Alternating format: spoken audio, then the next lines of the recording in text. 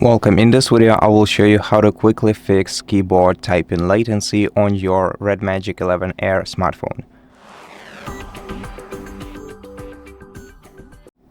To fix this issue, we're gonna have to disable keyboard typing haptics. To do that, go to Settings, then open Sound and Vibration menu, and then scroll down to the very bottom of this menu and select More Sound Settings.